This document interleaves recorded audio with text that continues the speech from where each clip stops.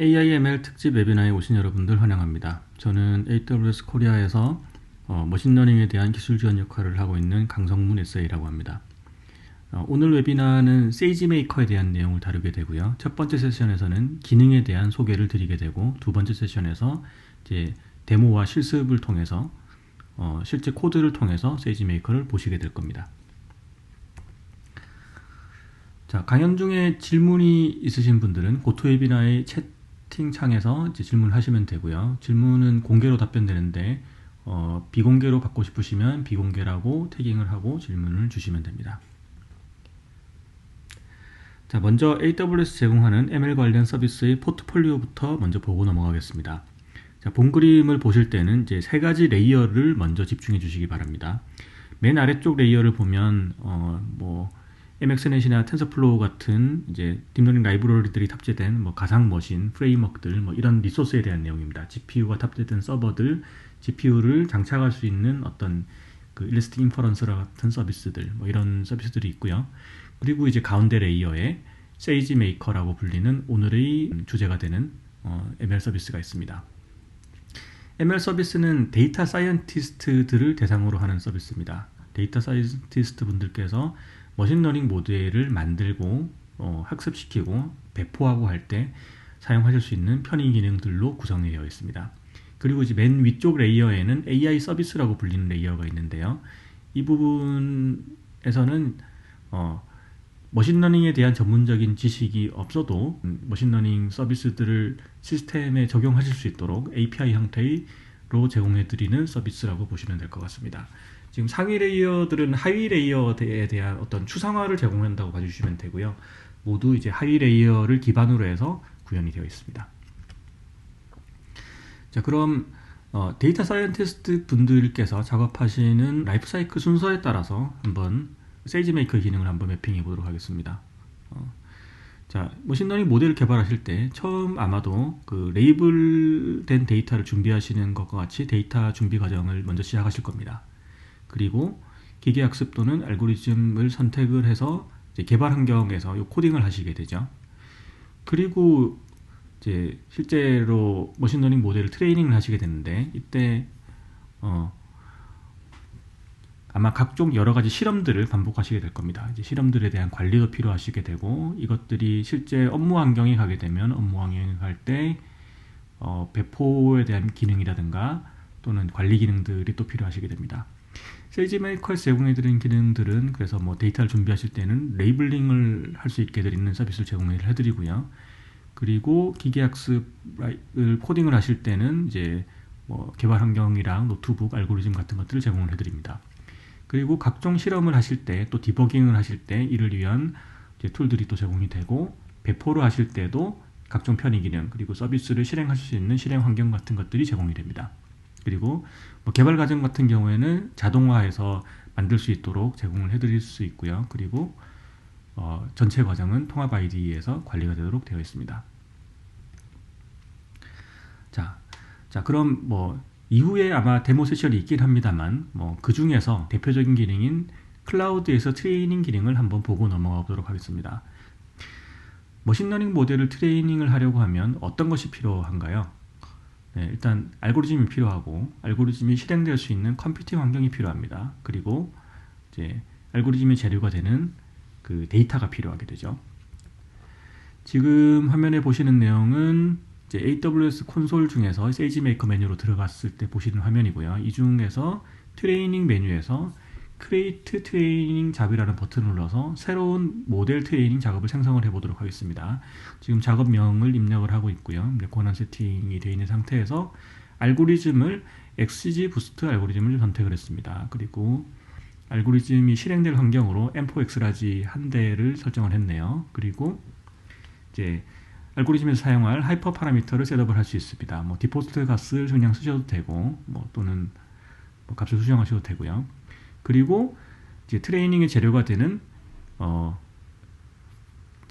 데이터를 지금 세팅을 하고 있습니다. S3의 특정 경로에 저장되어 있는 그 패스를 파라미터로 패싱을 하고 있고요. 지금 트레이닝 데이터와 밸리데이션 데이터를 별도로 지금 지정을 해주고 있습니다. 지금 데이터 자체는 브레인 캔서 프레딕션을 하는 문제인데요. 뭐 결과는 지금 여기 예제에서는 중요하게 보지는 않을 거고요. 그리고 모델 트레이닝이 끝나고 나면 이제 그 결과가 어딘가에 저장이 되겠죠. 그 폴더를 지정해 준 부분이고, 트레이닝을 할 때는 스팟 인스턴스를 사용하실 수도 있습니다. 지금 크리에이트 트레이닝 작업 버튼을 누르면 작업이 인 프로그레스 상태로 클라우드로 제출이 됐고요. 백엔드에 있는 AWS에서 관리하는 세이지메이커 관리형 인프라에서 리소스를 배정받아서 작업이 실행되게 됩니다. 그리고 이제 뭐 작업 로그 같은 경우에는 클라우드 와치를 통해서도 보실 수 있고요. 이렇게 해서 확인되고, 작업이 만약에 끝나고 나면 여기서 트레이닝에 사용한 리소스는 바로 반납이 되고요. 지금 작업이 끝났죠. 그리고 그 빌링은 이 실행된 시간만큼만 딱 잘라서 과금을 하게 되어 있습니다. 자, 이런 부분들이 사실 클라우드에서 트레이닝을 하든 가장 큰 차이점이 될 수 있습니다. 어떤 작업을 실행하는 동안에만 컴퓨팅 리소스를 사용을 하고 끝나면 바로 반납하는 구조가 가능하다는 점. 그리고 지금 본 이제 데모 비디오에서는 콘솔에서 작업을 생성하는 방법을 보여드리긴 했었는데, 아마도 실제 모델을 개발하실 때는 뭐 주피터 노트북이 됐든 아니면 다른 개발 환경이 됐든 이렇게 SDK나 API를 통해서 이 작업들을 생성을 하시게 될 겁니다. 그리고 그것에 대한 예제는 이 다음 세션에서 데모를 통해서 보시게 될 겁니다. 자, 이제 트레이닝 부분 한번 보셨는데, 이제 그 다음으로 각 그 머신러닝 개발의 라이프 사이클 단계에서 컴퓨팅 리소스가 어디에 사용되는지 한번 보고 넘어가 보도록 하겠습니다. 지금 화면에 전체 라이프 사이클 그림이 순서대 형태로 다시 한번 표현이 되어 있습니다.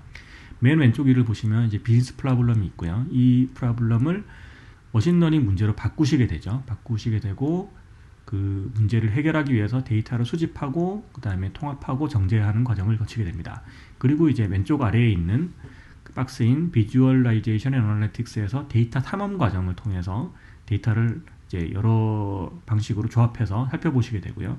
그리고 가운데 세 개의 박스인 피처 엔지니어링, 모델 트레이닝, 파라미터 튜닝, 그리고 모델 이밸루에이션으로 트레이닝 작업을 실행하시게 되죠. 그리고 그 트레이닝이 비즈니스 목표에 부합을 한다라고 하면 오른쪽에 있는 이제 실행 환경으로 디플로이를 하시게 되고, 그렇지 않으면 데이터 수집 과정 또는 모델의 알고리즘 선정이나 피처 선정 과정을 반복하시게 될 겁니다. 자, 만약에 온프레미스에서 머신러닝 개발 환경을 구축하셨다고 하면 아마도 저 트레이닝 인프라를 먼저 구축을 하신 다음에 저기에서 아마 개발 코드를 작성하셔서 과제를 하셨을 거라고 생각이 됩니다. 근데 다시 한번 생각해 보시면, 지금 데이터 비주얼라이제이션 앤 어널리틱스를 하는 개발 환경과 트레이닝을 하는 환경은 필요로 하는 리소스 요구사항이 좀 다릅니다. 트레이닝을 할 때는 뭐 이게 텍스트나 비디오나 이미지 데이터와 같이 이제 대량의 데이터가 필요하고 대량의 병렬 처리가 필요한 경우에는 GPU 인스턴스 같은 것들이 필요할 수 있겠죠. 그런데 그것이 개발 환경의 컴퓨팅 리소스에는 필요하지 않을 수 있습니다. 그래서 사실은 이 부분을 분리를 하는 것이 이제 리소스를 효율적으로 사용하는 부분에서는 굉장히 중요한 판단이 됩니다. 그래서 뭐 실제로 평소에 코딩을 하실 때는 GPU 서버가 필요 없다가 트레이닝이 필요한 순간에만 GPU 리소스를 할당해서 쓰는 거죠. 이제 그런 식으로 이제 효율적인 어떤 그 개발 환경 운영이 가능할 수 있다는 점이 이제 큰 장점 중에 하나라서 이제 반복해서 좀 강조를 드리고 있고요.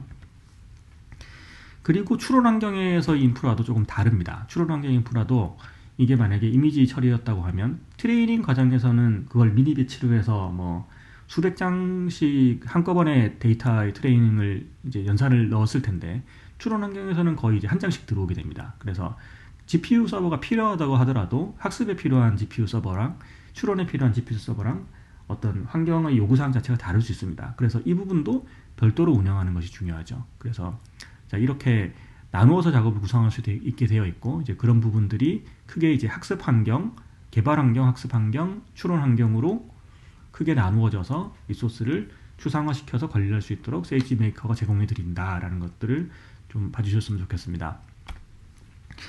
자, 이제 크게 제가 뭐 주피터 노트북으로 대변되는 개발 환경, 그 다음에 트레이닝 환경, 호스팅 환경의 세 가지 리소스 타입이 있다고 말씀드렸는데요. 그러면 이것들을 한꺼번에 모두 사용해야 되느냐 하면 뭐 그렇지는 않습니다. 뭐 개발 환경은 온프레미스에 있는 개발 환경을 그대로 쓰시고 뭐 트레이닝 할 때만 클라우드에 있는 뭐 어떤 GPU 리소스를 패러럴하게 한꺼번에 투입해서 빠르게 학습을 마치고 뭐 그리고 그 다음 실험을 가고 이런 구성도 가능하실 수 있고, 또는 뭐 호스팅 환경만 클라우드를 쓰실 수도 있고 뭐 세 개를 다 쓰실 수도 있고 뭐 여러 가지 구성들은 가능합니다.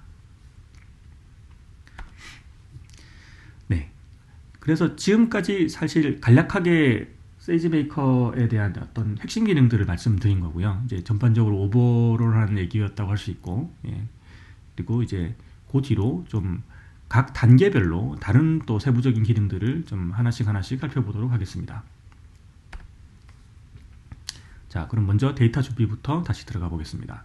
데이터 준비에는 이제 그라운드 트루스라고 불리는 서비스가 있습니다. 그라운드 트루스는 이렇게 레이블링을 하는 서버리스 환경입니다. 이걸 몇 번의 클릭만으로 이 작업 환경을 구성을 하실 수 있게 되어 있고요.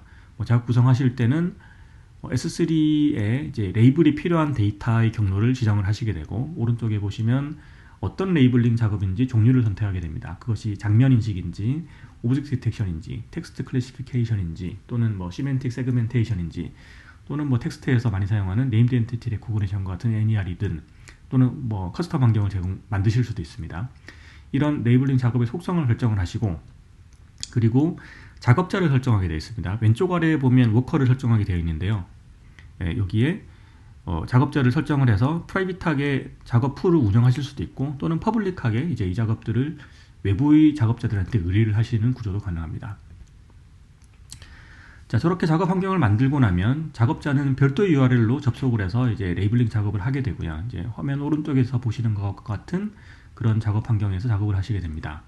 뭐 이제 이미지가 작업해야 될 이미지가 브링업이 되면 그걸 박싱을 하고 넥스트를 클릭을 하면 그 다음 사진이 또 올라오고, 이런 식으로 이제 연속적으로 작업할 수 있도록 되어 있습니다. 뭐 그리고 오른쪽 위에 보시는 바와 같이 뭐 상하 좌우 점만 맥스 점만 찍었을 때 어떤 폴리곤을 자동으로 생성한 것이라든가 뭐 이런 다양한 편의 기능들이 제공이 되고 있고요. 뭐 뒤에 가면은 알고리즘 설명도 조금 드릴 텐데, 이제 그때 여기서 제너레이트 되는 어노테이션의 형태는 뭐 세이지메이커에서 사용하는 알고리즘과는 이제 호환이 되도록 구성이 되어 있기 때문에 뭐 약간 뭐 다른 조작 없이 바로 쓸 수 있도록 구성이 됩니다. 레이블링 작업을 생성하는 인력 구성은 뭐 미케니컬 터크라고 해서 불특정 퍼블릭에게 이 작업을 뿌릴 수도 있습니다. 네, 그럼 이제 건당 얼마식으로 이제 과금이 되게 되어 있고요.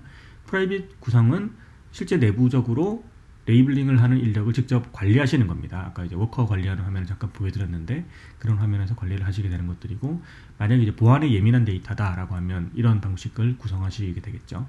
그리고 이제 벤더를 사용하실 수도 있는데요. 뭐 서드파티 벤더가 이런 작업들을 해주는 벤더들도 있습니다. 지금 제가 며칠 전에 조회했을 때 이제 열 몇 개의 업체가 지금 등록이 되어 있는 걸로 확인됐고, 그 중에는 뭐 한글 어노테이션을 하실 수 있는 업체도 이제 제공되고 있는 것을 확인했습니다. 그리고 레이블링을 해야 되는 데이터가 많아지면 그걸 자동화할 수도 있습니다. 이제 처음에는 사람이 어노테이션을 하지만 사람이 어노테이션을 한 데이터가 어느 정도 쌓이면 이제 여기서도 마찬가지로 머신러닝을 적용을 해서 그 레이블 자체를 기계가 작업할 수 있도록 구성할 수 있습니다. 그래서 신뢰도가 특정 스레시홀드를 넘었을 때는 이제 기계가 어노테이션하는 값을 그대로 쓰고, 그렇지 않은 경우에는 이제 계속 사람이 라이블링을 하는 그런 구조도 가능하다는 것도 바로 활용하실 수 있는 기능 중에 하나입니다. 자, 레이블링이 끝났으면 이제 개발 환경을 구성을 해야 되겠죠. 이제 개발 환경 구성은 세이지메이커에서는 두 가지 형태로 제공이 됩니다. 첫 번째는 세이지메이커 노트북 인스턴스라고 이제 불리는 구성인데요. 만약에 기존의 AWS의 그 RDS라는 서비스를 알고 계시다면 그것과 좀 유사하다고 이해해 주시면 좋을 것 같습니다. 왼쪽 중간쯤에 보면 MLT2 미디엄이라고 인스턴스 타입을 선택하고 있습니다. 뭐 RDS에서 인스턴스 타입을 구성하는 것과 마찬가지로 저렇게 인스턴스 타입을 설정을 하면 여기에 주피터 노트북이 탑재가 된 상태로 바로 제공이 됩니다. 관리형으로요.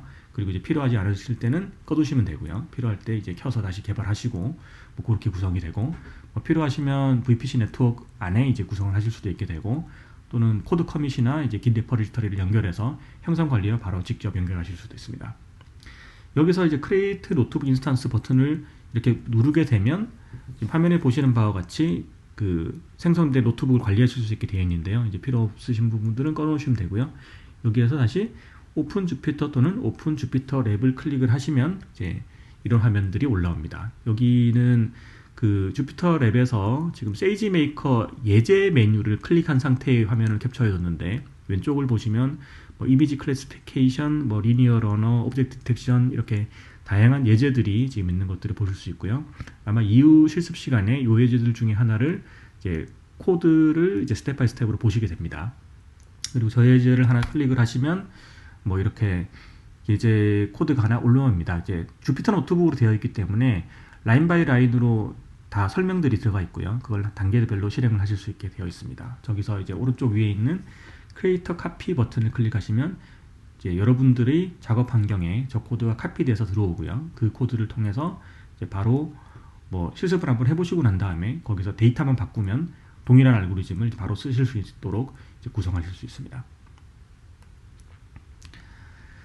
자, 이제 저기서 보신 예제뿐만 아니라 이제 AWS에서 제공하는 머신러닝 블로그가 있는데, 여기를 보시면 그 필드에서 겪으시는 뭐 대부분의 서비스들에 대한 예제들을 찾으실 수 있습니다. 그래서 그 예제들이 어떤 친절한 설명 형태로 제공이 되고 있고요. 그 설명들은 앞서 보신 세이지메이커 이그젬플 예제 또는 뭐 오른쪽에 있는 것과 같이 별도의 어떤 GitHub 코드 또는 이제 블로그에서 바로 다운로드 받을 수 있는 형태로 소스가 제공되는 경우도 있습니다. 그런 것들이 다 예제 코드로 활용할 수 있는 부분이기 때문에 사실 유즈 케이스를 먼저 찾으시고 예제들을 활용해서 작업량을 좀 줄일 수 있는 것도 세이지메이커를 이용해서 코딩을 하실 때 이제 효율적으로 좀 하실 수 있는 중요한 팁이 될 것 같습니다.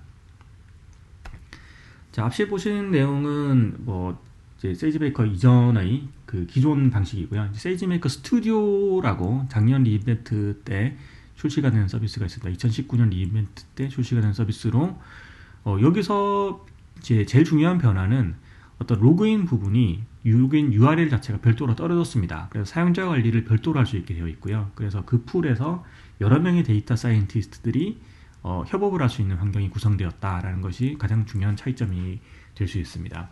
뭐 방식은 현재 지금 SSO 로그인 또는 IAM 로그인 두 가지 방식을 제공을 하는데, 뭐 SSO로 로그인할 경우에는 뭐 SSO 사용자 관리를 하셔서 여기서 사용자들을 추가하고 삭제하고 하실 수 있고요. IAM으로 관리할 때는 이제 IAM 유저로 관리를 하시게 됩니다. 뭐 둘 모두 별도의 URL이 나와서 별도의 인증 절차를 거쳐서 개발 환경으로 접속하시게 되고, 접속을 하시게 되면 화면에 보시는 것 같은 화면 이제 개발 환경이 오픈이 되는데, 뭐 기존에서 조금 더 개선되어서 여러 실험들을 비교를 해서 볼 수 있는 화면, 그리고 디버깅 결과를 좀 더 이제 비주얼하게 볼 수 있는 화면 같은 것들이 추가가 되어 있습니다. 이 부분들은 뒤에 또 잠깐 예제로 나오게 될 겁니다. 네, 여기까지가 이제 개발 환경에 대한 얘기고, 이제 학습에 대한 얘기로 들어가 보도록 하겠습니다. 학습은 좀 설명드려야 될 내용이 좀 많은데요. 그래서 단계별로 얘기를 해보겠습니다. 첫 번째는 이제 알고리즘 부분입니다. 알고리즘은 크게 이제 네 가지 방식으로 제공이 됩니다. 네. 알고리즘을 얘기하기에 앞서서 지금 세이지메이커의 내부 구조를 조금 설명드리고 넘어가겠습니다. 세이지메이커의 내부 구조는 실상 도커 컨테이너 기반으로 이루어져 있습니다. 오른쪽 아래를 보시면 트레이닝 알고리즘과 인퍼런스 알고리즘이 도커 이미지 형태로 패키징 되어 있는 것들을 이제 그림으로 보실 수 있는데요. 그리고 가운데 세이지메이커의 관리 환경이 있습니다. 이제 알고리즘들은 뭐 거기에서 필요한 디펜던시를 함께 포함하는 도커 컨테이너 이미지로 일단 구성이 되어 있습니다. 그리고 이제 트레이닝이 필요하면 트레이닝 데이터를 S3로부터 가져오고, 그리고 이미지 리퍼지터리로부터 컨테이너 리퍼지터리로부터 컨테이너를 가져와서 데이터와 알고리즘이 있으니 이제 모델을 만들 수 있게 됩니다. 모델이 만들어지고 나면 모델은 다시 S3로 익스포트를 하게 되고요. 사용했던 리소스는 릴리즈를 합니다. 이제 학습이 완료가 됐죠. 학습이 완료가 됐으면 이제 추론 환경으로 보내야 될 텐데요. 실제 프리딕션을 해야 되는데, 그때는 모델 아티팩트를 가져오고 추론용 알고리즘들을 가져와서 엔드포인트를 만듭니다. 서비스를 제공할 수 있는 형태로 만들어내게 되고, 네, 저 서비스로 이제 서비스를 제공을 하게 됩니다. 미래 예측이나 뭐 분류 서비스들을 제공을 하게 되죠. 이제 뭐 여기서 이제 중요하게 말씀드리려고 하는 부분은 도커 컨테이너 기반으로 이루어져 있다라는 얘기이고요. 그래서 앞서 제가 저희의 알고리즘이 4가지 방식으로 쓸 수 있다고 말씀드렸는데, 저기 세이지메이커에서 이제 가운데에 관리되는 알고리즘이 있습니다. 근데 저거 전체를 이제 알고리즘 전체를 세이지메이커에서 제공해드리는 것만 써서 작업을 하실 수도 있습니다. 그걸 저희는 빌트인 알고리즘이라고 부르고 있고요. 그러니까 저 도커 컨테이너 전체 이미지 자체가 뭐 사용자가 뭐 어떻게 수정을 하실 필요 없이 저희가 제공해드리는 걸 그냥 쓰시면 되는 것들입니다. 자, 이 방식이 첫 번째이고요. 두 번째 방식은, 자, 프레임워크 부분은 AWS가 제공해드리는 이미지를 사용하시고, 도커 이미지를 사용하시고, 그 위에 스크립트 코드를 탑재해서 쓰시는 방식입니다. 이 부분은 아파치 MXNet이나 뭐 텐서플로우, 뭐 이렇게 파이토치 이런 걸 쓰실 때 이 구조를 가져가시게 됩니다. 그러면 텐서플로우나 MXNet은 도커 이미지에 설치가 되어 있습니다만, 사실 그 안에 들어가는 신경망 레이어들은 이제 뭐 케라스 코딩 같은 것들이 사용자가 직접 정의하실 필요가 있습니다. 그건 그렇게 해서 사용자가 코딩을 하시고 그 코드를 이제 그 도커 컨테이너 안에 바로 인제스트하는 방식으로 동작을 하게 됩니다. 이것이 두 번째 방식입니다. 그리고 세 번째 방식은, 저 컨테이너 자체를 사실 뭐 AWS 제공해드리는 뭐 컨테이너를 쓰셔도 되지만 직접 구성하실 수도 있습니다. 뭐 세이지메이커에서 이제 관리형으로 사용하기 위해서, 그러니까 트레이닝이 완료되면 뭐 리소스가 릴리즈되고 이런 구조를 가져가기 위해서는 저희가 이제 필요로 하는 몇 가지 스펙이 있습니다. 그 스펙에만 맞춰서 컨테이너를 빌드를 해주시면 뭐 여러분들이 만드신 컨테이너도 세이지메이커에서 동작하도록 구성이 가능해지고, 뭐 요거에 대한 예제라든가 가이드들을 모두 제공을 해드리고 있습니다. 그리고 이런 형태로 만들어진 이제 서드파티 알고리즘들이 또 제공이 되죠. 뭐 사용자 입장에서 보면 맨 왼쪽에 있는 빌트인 알고리즘과 오른쪽에 있는 마켓플레이스 알고리즘과 크게 다르지 않을 겁니다. 네. 뭐 차이점이 있다 그러면 AWS 제공해주는 빌트인 알고리즘은 뭐 라이선스비를 받지는 않는데, 뭐 마켓플레이스의 알고리즘들은 받을 수도 있습니다. 무료인 알고리즘들도 많이 있고요. 또는 이제 라이선스비를 받는 경우도 있습니다. 뭐 어쨌든 그렇게 서드파티의 알고리즘들을 가져와서 직접 쓸 수 있다. 또는 뭐 여러분들께서 직접 만드신 그 알고리즘을 마켓플레이스에 거꾸로 올릴 수도 있겠죠. 이제 새로운 수익 모델로 그런 구성도 가능합니다. 네.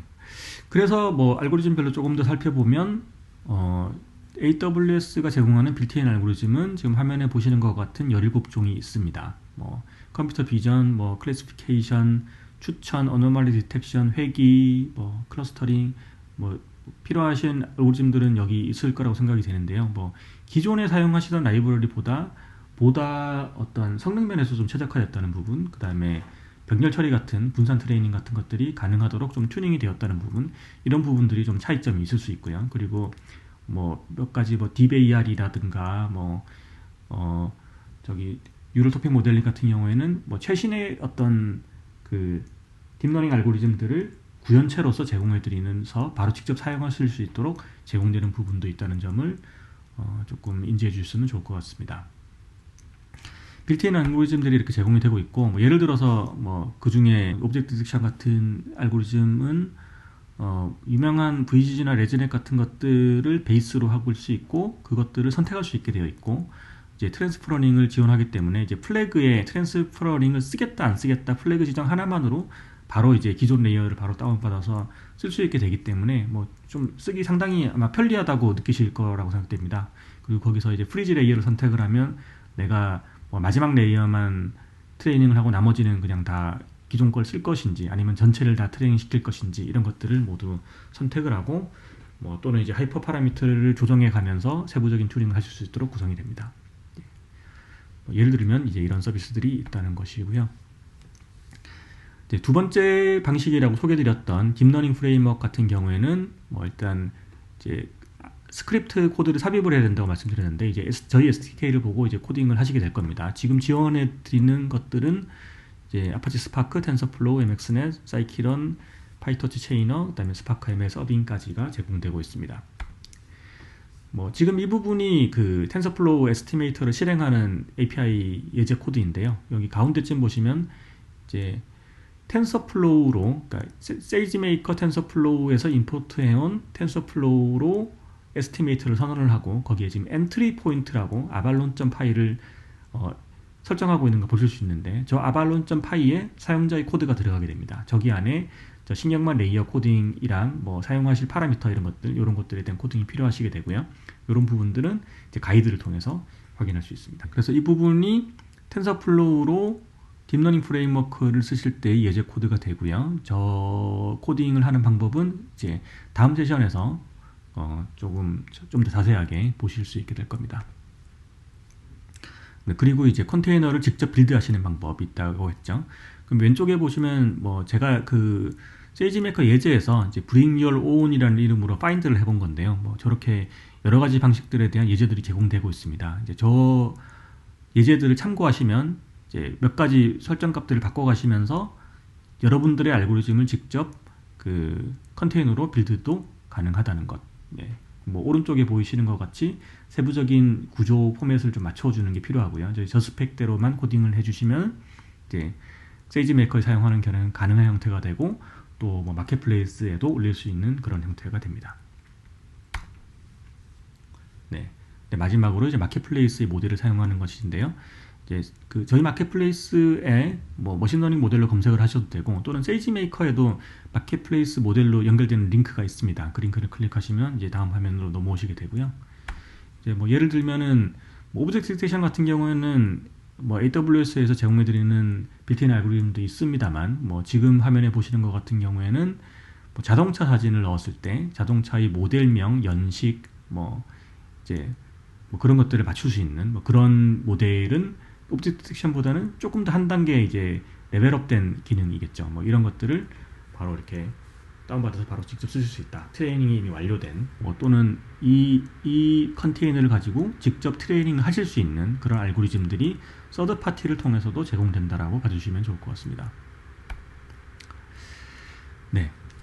자, 그 다음 뭐 조금 다른 트레이닝 얘기를 조금 해볼게요. 이제 강화학습이랑 뭐 딥그래프 라이브러리 같은 얘기를 좀 해보면 뭐 강화학습은 뭐 여기는 앞서와는 조금 다르게 이제 연속적인 의사결정이 필요한 문제일 때 뭐 예를 들면 추천 같은 것들 뭐 이제 광고를 노출을 어느 것들을 해야 되느냐 그것들이 광고 노출 결과에 따라서 순간순간적으로 그 바뀌는 피드백을 바로 센싱을 하고 다시 모델을 개선하고 이런 연속적인 의사결정을 내리는 구조로 코딩을 할 필요가 있을 때 강화학습을 쓰게 되죠. 그래서 강화학습을 적용하시려고 하면 뭐 최근에 나오는 폴리시 그라디언트 계열의 알고리즘 등과 같이 기존의 알고리즘과는 조금 다른 알고리즘과 라이브러리들이 필요하게 됩니다. 이제 그것들을 위해서도 뭐 세이지 메이커에서는 그것들에 대한 이제 컨테이너 빌드된 어떤 프레임워크를 제공을 해드리고 그것들이 또 예제를 함께 제공을 해드리고 있어서 같이 조합해서 참조해서 쓰실 수 있도록 제공을 해드리고 있고요. 뭐 또는 뭐 요새 뭐 그래프 컨볼루션 네트워크라든가 뭐 그래프 임베딩 이런 것들처럼 그래프 자체를 신경망의 인풋으로 사용하시는 경우도 이제 많이 늘어나고 있는데 뭐 그런 부분에 대해서도 그걸 처리할 수 있는 부분들을 이제 AWS에서 빌트된 이미지 같은 걸로 제공을 해드리고 있습니다. 그리고 클라우드에서 트레이닝을 할 때 또 한 가지 특징 중에 하나인 이제 하이퍼 파라미터 옵티마이저 얘기를 조금 해보면 하이퍼 파라미터 튜닝을 할 때 값들을 조정을 해가면서 이제 실험을 하시게 되는데 그 부분도 클라우드에 실행할 때는 여러 하이퍼 파라미터의 조합 값들을 패러럴하게 실행할 수 있기 때문에 어떤 작업 사이클을 단축시키는 점에서 굉장히 큰 효용성이 있다고 볼 수 있고요. 그리고 뭐 이 작업을 하실 때는 어떤 하이퍼 파라미터의 뭐 민맥스 값을 지정을 해두고 그 지정 안에서 저희 이제 하이퍼 파라미터 옵티마이저 엔진이 적절한 값들을 이제 추천을 해서 갖게 됩니다. 지금 뭐 앞서 보신 예제는 이제 콘솔에서 지정하는 건데 콘솔에서 지정하실 수도 있고 지금 이 화면처럼 API나 SDK를 통해서 이제 그 값들을 셋업하고 난 다음에 작업을 제출하실 수도 있는데요. 뭐 그렇게 되면 오른쪽에서 보시는 바와 같이 여러 가지 하이퍼 파라미터 조합들이 이제 세팅이 돼서 그 병렬로 처리가 돼서 이제 그 중에 가장 최고의 퍼포먼스를 보인 모델을 이제 픽업을 해서 최종 모델로 선정을 하게 됩니다. 네, 그리고 그 하이퍼 파라미터를 선정하는 것은 지금 가운데 아래쯤에 보시면 이제 베이지안 옵티마이제이션이라는 단어가 보이실 텐데요. 네, 그게 뭐 그냥 단순히 랜덤하게 이렇게 할 수도 있겠지만 뭐 그렇지 않고 앞서 뭐 3번의 패러럴 작업을 돌렸는데 그 중에 3번의 결과를 봤더니 그 다음 값은 그 다음 랜덤 값이 아니라 조금 더 정답에 근접한 값이 어떤 값일 것 같다는 것을 이제 저희 엔진이 추론을 해서 그 값으로 트라이를 하기 때문에 조금 더 빠른 그 수렴이 가능하고 좀 더 빠르게 최적의 하이퍼 파라미터를 찾을 수 있게 구성이 되어 있다고 봐주시면 좋을 것 같습니다. 자, 그리고 다음으로 말씀드릴 부분은 이제 학습 부분에서 작년 리인벤트 때 추가된 기능들입니다. 먼저 이제 오토파일럿을 보시면 요거는 그냥 자동으로 모델을 다 생성하는 그런 오토ML입니다. 오토ML 기능입니다. 이 작업을 하게 되면 인풋 데이터를 설정하고 난 다음에 몇 가지 설정을 하고 이제 넥스트를 클릭을 하면 파이썬 코드가 바로 제너레이트가 됩니다. 두 가지 방식의 코드가, 그러니까 두 가지 타입의 코드가 생성이 되는데요. 하나는 데이터 익스플로레이션 코드가 생성이 되고요. 또 하나는 어떤 머신러닝 모델을 트레이닝하는 캔디데이트 코드가 만들어집니다. 첫 번째로 데이터 익스플로레이션 노트북 같은 경우에는 지금 있는 데이터를 가지고 피처 엔지니어링을 하는 부분이에요. 그래서 그 데이터의 스태틱한 통계값 가치라든가 어떻게 스큐가 되어 있는지 이런 값들을 보여주는 코드들이 제너레이트가 되고요. 그리고 지금 XG 부스트를 할 건지 리니어더를 할 건지, 그리고 그 안에서 그 하이퍼 파라미터는 어떻게 찾아갈 것인지 이런 것들이 자동으로 바로 제너레이트가 됩니다. 이거 사용자가 직접 코딩을 할 필요 없이. 그리고 이 생성된 코드들은 사용자들이 직접 다 보실 수 있기 때문에 그냥 이 값을 가지고 제너레이트까지만 하고, 그리고 사용자가 거기서 취사 선택해서 실행을 하실 수도 있고요. 또는 그냥 디폴트로 런을 시키면 요것들이 이제 자동으로 들어가서 그 중에 최적의 조합을 가지는 알고리즘과 하이퍼 파라미터 조합을 찾아서 결과로 픽업을 해줍니다.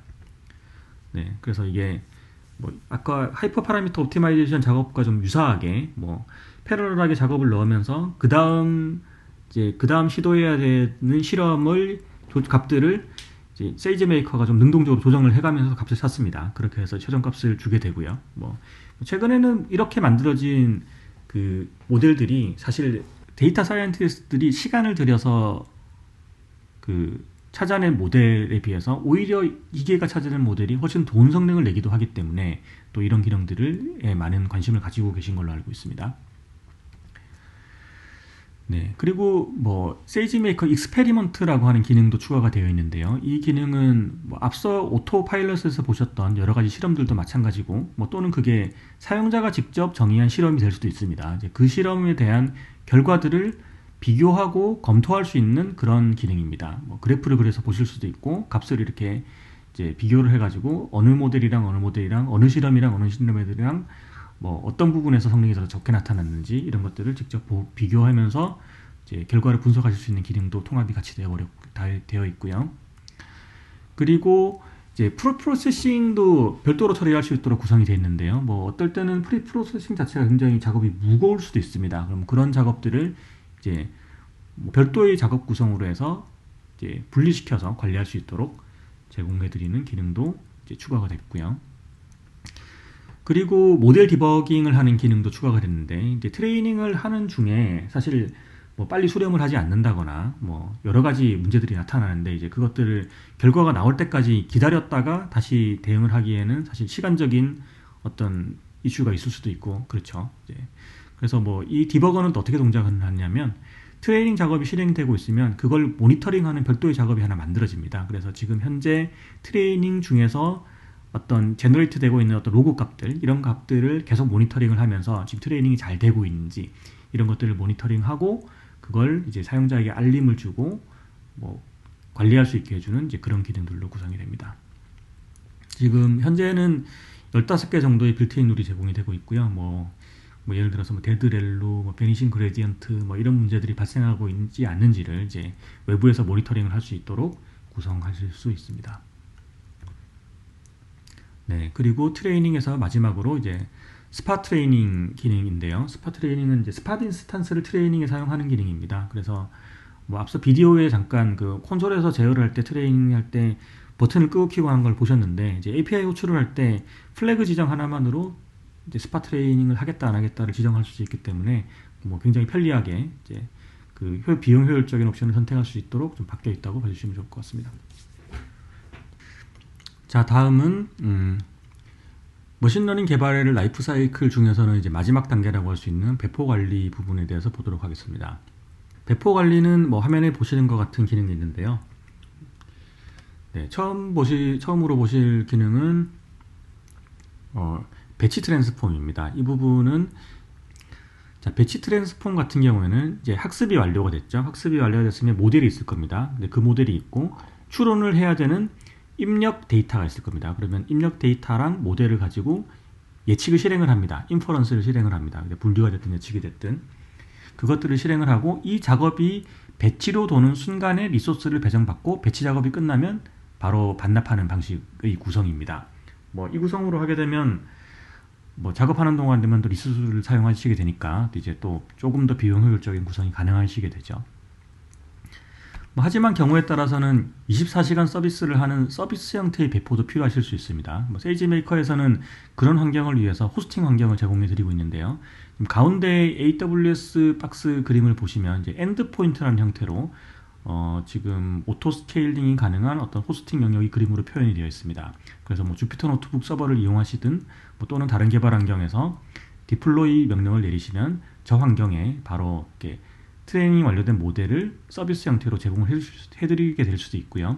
그리고 뭐 거기서는 이제 REST API 형태로 이제 외부에 접근 가능하도록 바뀝니다. 노출이 됩니다, 외부에. 그리고 그 앞단에 API 게이트웨이 람다 같은 걸 붙이면 그냥 애저 서비스로 바로 쓰시게 되는 거죠. 이제 하나의 마이크로 서비스처럼 저 머신러닝 추론 서비스를 구성하실 수 있게 됩니다.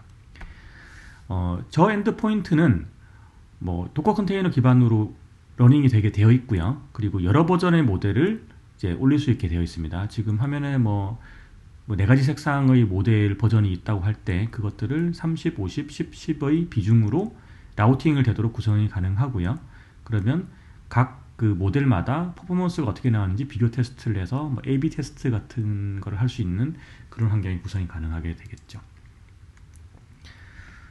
네. 그리고 그 엔드포인트에는 이제 모델을 하나만 탑재 가능한 건 아닙니다. 여러 개의 모델이, 그러니까 서비스에 따라서 어떤 비즈니스 케이스에 따라서 여러 개의 모델이 운영하셔야 되는 경우가 있을 수 있는데 뭐 그때그때마다 엔드포인트를 여러 개를 생성하는 건 비용 효율적이지 않겠죠. 이제 그래서 그것들을 하나의 엔드포인트에 여러 개를 탑재를 해놓고 쓰실 수 있는 구성도 가능합니다. 뭐 이런 구성이 될 때에는 외부에서 호출을 할 때 내가 어떤 모델에 대한 추론을 할 거라는 걸 옵션으로 파라미터로 패싱을 하게 됩니다. 그러면 그 모델을 브링업해서 이제 바로 추론을 실행하는 식으로 구성을 하게 되고 뭐 이제 필요에 따라서는 이런 구성도 이제 중요한 어떤 선택 포인트가 될 수 있습니다. 그리고 조금 경량 환경에 디플로이가 필요한 경우에는 이제 네오라고 하는 기능을 쓸 수 있는데요. 지금 오른쪽에 보시면 이렇게 뭐 여러 가지 이제 칩 벤더들이 나와 있는데 각종 딥러닝 프레임워크들을 이런 그 경량 환경에 배포를 해야 되는 경우에 각기 환경을 구성해야 되는 어려움이 있었다고 하면 지금 니오로 쓰시게 되면은 저 오픈소스 기반의 어떤 컴파일러를 제공을 해드립니다. 컴파일러와 런타임을 제공을 해드립니다. 런타임은 경량 실행 환경에 올라가고 컴파일러는 그 런타임에서 실행 가능한 형태로 이제 그 입력 코드들을 입력 모델을 이제 바꾸게 되죠. 컴파일을 하게 되죠. 그리고 사이즈는 한 10분의 1 정도로 감소를 하고 모델 사이즈가 10분의 1로 감소를 하면 사실 뭐 어떤 리소스를 적게 쓰는 부분도 있지만 성능 또한 좋아집니다. 네. 그 어떤 추론을 하는 속도도 조금 더 개선되는 효과가 있고요. 뭐 그런 기능들도 제공을 해드리고 있고요. 그리고 이제 모델 모니터라고 하는 기능도 지금 추가가 됐는데 모델 모니터는 추론하는 환경에 모델을 배포를 해두시고 난 다음에 학습 환경과 다른 어떤 현상이 발생하는 것을 캐치를 할 수 있게 해드립니다. 그래서 그 모델을 배포한 후에 입력값이 학습에 사용되던 패턴이 아닌 다른 패턴의 데이터가 오고 있다. 뭐 이런 것들을 캐치를 해서 알람을 띄운다든가 뭐 이런 걸 할 수 있게 되는데요. 그렇게 체크할 수 있는 유형에는 데이터 타입이 지금 바뀌었다. 지금 이제 넘버형이 들어와야 되는데 스트링이 들어오고 있다라든가 또는 미싱 데이터가 현저히 늘어났다거나 널 값이 늘어났다거나 이런 것들을 모니터링을 해서 이런 것들이 다 이제 그 모델을 업데이트 해야 되고 또는 어떤 그 퍼포먼스에 영향을 미치는 요인들이잖아요. 이제 이런 것들을 확인할 수 있는 기능들이 추가가 되어 있는 상태입니다. 자, 여기까지 지금 머신러닝 개발의 라이프 사이클과 관련한 기능들을 쭉 보셨고, 이제 다른 서비스, 다른 AWS 서비스들과 마찬가지로 뭐 세이지메이커 역시 다른 AWS 서비스들과 같이 활용될 수 있도록 유기적으로 결합되어 있기 때문에 그런 부분에서 시너지가 나는 부분도 많이 있습니다. 그런 부분들을 마지막으로 좀 터치해 보려고 합니다. 자, 첫 번째로는 A2I, 오그멘티드 AI라고 불리는 기능에 대해서 살펴보겠습니다. 이 부분은 앞서 첫 번째 그 머신러닝 세 가지 레이어 중에 보셨던 맨 위쪽에 있는 AI 서비스 레이어의 서비스와 그 다음에 가운데의 세이지메이커의 연결입니다. 그래서 레코그니션은 이미지가 들어왔을 때 이제 이미지에 대한 레이블을, 그러니까 뭐 이미지에 대한 태그를 뭐 사람이 있다, 강아지가 있다 이런 걸 리턴해주는 서비스이고요. 텍스트랙트는 문서 이미지가 왔을 때 OCR로 텍스트 문서를 그 이미지 문서를 텍스트 문서로 바꿔주는 서비스거든요. 그러면 여기 안에서 다 이제 딥러닝 기반으로 머신러닝이 실행이 되는데 결과를 리턴을 할 때 크레디빌리티 값을 같이 리턴을 해줍니다. 그리고 그 크레디빌리티가 어떤 특정 트레시홀드 값 이하라고 하면 사실 기계가 리턴해준 값을 바로 믿고 쓰기보다는 한 번 더 사람이 리뷰를 해야 될 수 있겠죠. 이제 그런 케이스 때 이제 휴먼이 리뷰할 수 있도록 라우팅이 되는 그런 서비스가 됩니다. 예를 들면 텍스트렉스에서 저렇게 핸드라이팅으로 쓰는 글씨가 저기가 이제 JANE인지 JUNE인지 좀 헷갈린다고 했을 때 뭐 텍스트렉스에서 JAUE를 리턴을 했어요. 근데 스스로 이제 리턴한 신뢰도 값이 80% 이하였다라고 하면 그 값이 이제 휴먼에게 리턴이 돼서 작업자가 이제 저 결과를 수정을 하고 실제 서비스에 적용될 수 있도록 이렇게 라우팅을 바꿔주는 서비스가 됩니다.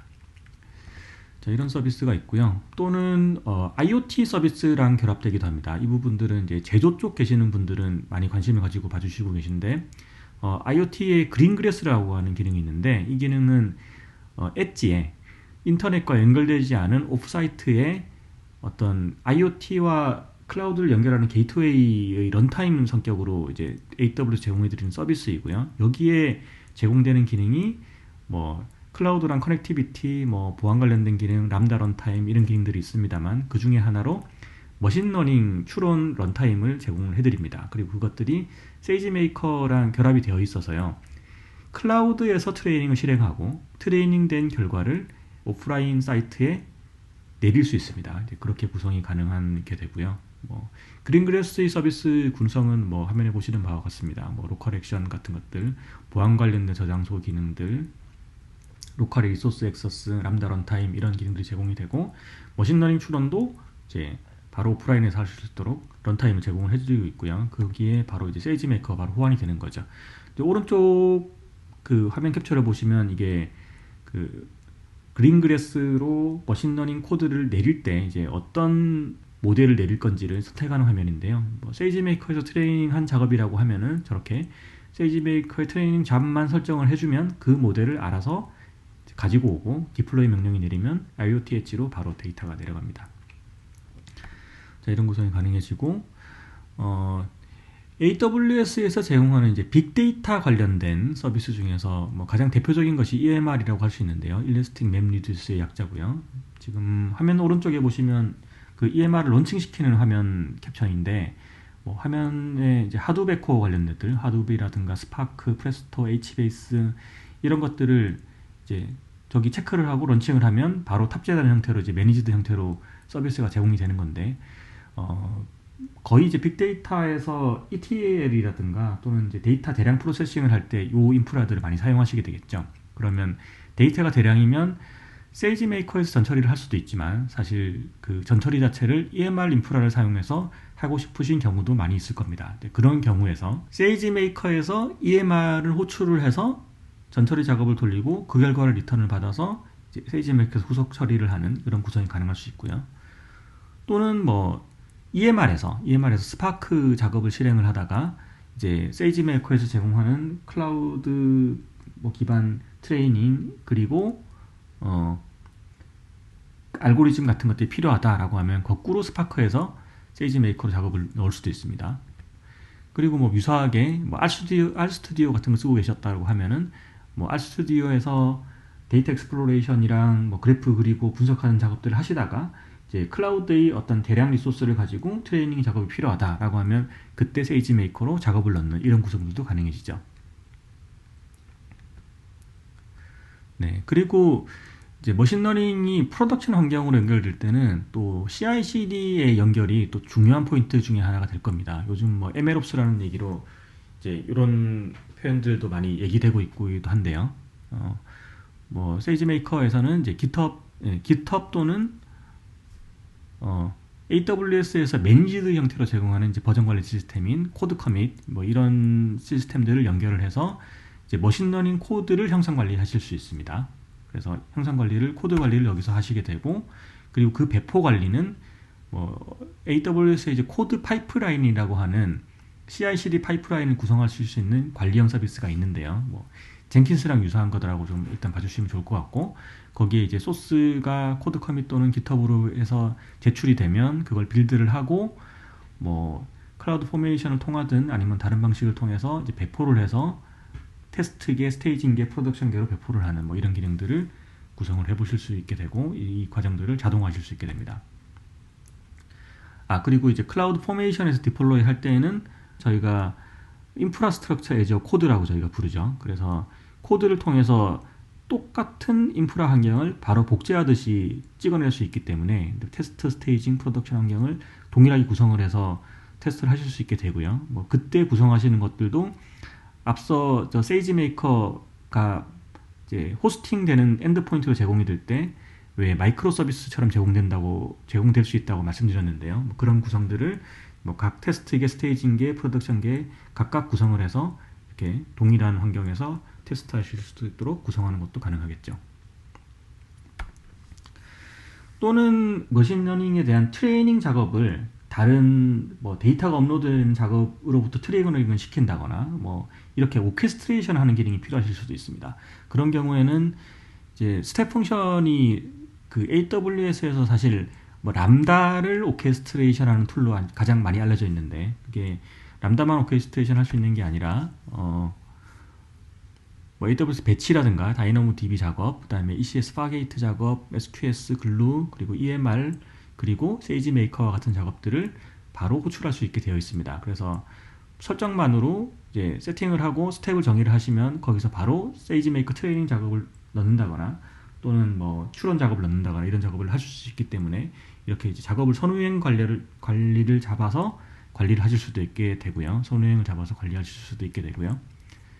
뭐 유사한 기능으로 기존의 쿠버네티스를 운영하고 계시다고 하면 저희가 쿠버네티스에 세이지메이커 오퍼레이터를 제공을 하고 있어요. 그래서 여기서 기존의 쿠버네티스 운영하시던 것과 마찬가지로 kubectl apply 같은 명령으로 작업을 제출을 하게 되면 관리는 기존 쿠버네티스 환경에서 운영을 하시되 실제 작업은 클라우드의 세이지메이커 백엔드에서 실행을 하고 결과를 받아가시고 뭐 이런 구성도 가능해지는 거죠.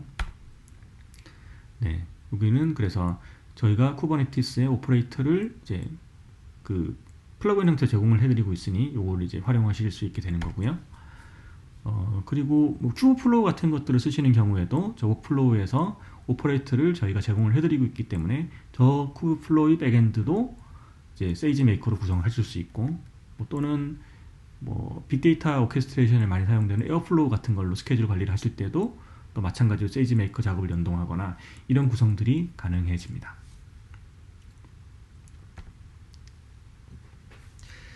네. 네, 지금까지 약 1시간 정도 동안 세이지메이커의 기능에 대한 소개를 드렸고요. 그래서 뭐 클라우드에서 트레이닝을 시키는 작업이 어떤 것이다라는 특징을 조금 보시고 그리고 각 그 라이프 사이클 단계별로 어떤 활용할 수 있는 기능들이 있는지 그리고 다른 AWS 서비스들과 어떻게 통합이 가능한지에 대해서 말씀을 드렸습니다. 잠시 쉬었다가 다음 세션에서는 주로 이제 세이지메이커를 통해서 모델을 개발하는 쪽 얘기를 드리게 될 겁니다. 그래서 이제 코드를 통해서 실제 세이지메이커를 사용하는 그런 환경을 한번 경험을 해보시고 그리고 실제 그 여러분들의 업무에 어떻게 적용이 가능한지를 한번 봐주시면 좋을 것 같습니다. 예, 들어주셔서 감사합니다.